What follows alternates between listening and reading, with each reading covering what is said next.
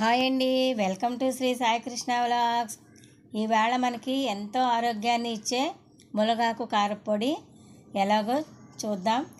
ఈ మునగాకు కారపొడి ఇడ్లీ, దోశ, ఉప్మాలోకి చాలా రుచిగా ఉంటుందండి.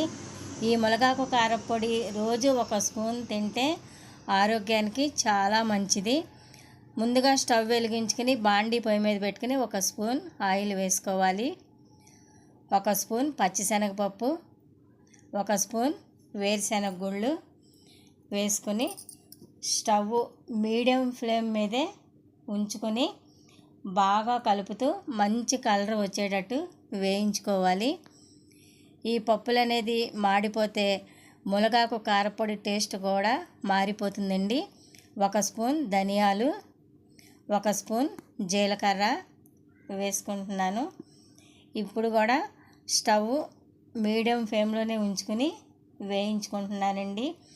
మునగాకులో ఎన్నో విటమిన్స్, మినరల్స్, కాల్షియమ్స్ ఎక్కువగా ఉంటుంది. పిల్లలకి పెద్దలకి కూడా చాలా మంచిదండి. ఈ మునగాకుతోటి పప్పు చేసిన, పచ్చడి చేసిన, కూర చేసిన చాలా బాగుంటుందండి. అన్ని ఆకుకూరల్లో కంటే మునగాకులోనే ఎక్కువ విటమిన్స్ ఉన్నాయి. ఇప్పుడు ఇవన్నీ కూడా వేగినవి పక్కకి బౌల్లోకి తీసేసుకుందామండి. మళ్ళీ ఆ బాండీలోనే ఒక స్పూన్ ఆయిల్ వేసుకుని ఒక 10 వరకు ఎండుమిరపకాయలని సగం ముక్కలుగా తుంచుకొని వేసుకుని వేయించుకుంటున్నానండి. మిరపకాయలు అయితే వేగినవి ఒక బౌల్లోకి తీసుకుంటున్నాను. మళ్ళీ ఒక స్పూన్ ఆయిల్ వేసి ముందుగా మనం కడిగి శుభ్రం చేసుకున్న మునగాకుని వేసుకుంటున్నాను. కొంచెం కరివేపాకు కూడా వేసుకుంటున్నాను.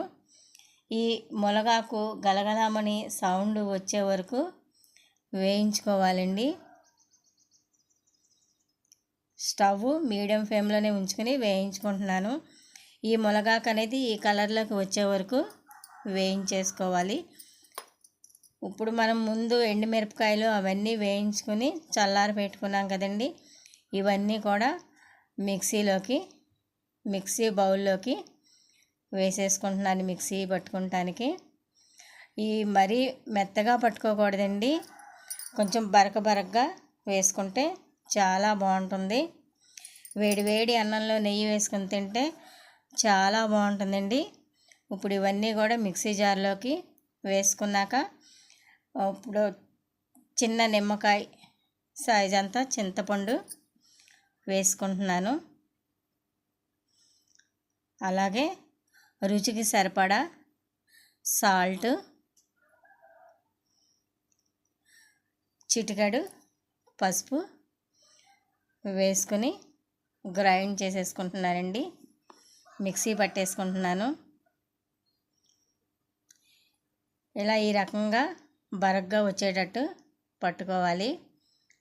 ఆ తర్వాత ముందు మనం వేయించుకుని రెడీగా ఉంచుకున్న మునగాకును కూడా వేసుకొని గ్రైండ్ చేసేసుకుందామండి.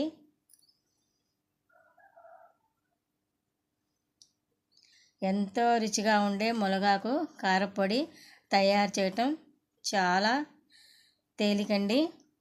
ఇప్పుడు ఇవి మళ్ళీ మొత్తం మిక్సీ పట్టేసుకుందాము. ఈ కారపొడిలోకి వెల్లుల్లిపాయలు అనేది ఏ కారపొడిలోకైనా వెల్లుల్లిపాయలు లాస్ట్లో వేసుకుంటే రుచి బాగుంటుందండి. అలాగే వాసన కూడా చాలా బాగుంటుంది. ఇప్పుడు వెల్లుల్లిపాయలు వేసుకుని మళ్ళీ ఇంకోసారి మిక్సీ పట్టేసుకుందామండి. అంతేనండి, ఎంతో రుచిగా ఉండే మునగాకు కారపొడి తయారైంది. మీకు గనక ఈ వీడియో నచ్చినట్టయితే లైక్ చేసి, షేర్ చేసి, సబ్స్క్రైబ్ చేయండి. Thanks for watching video.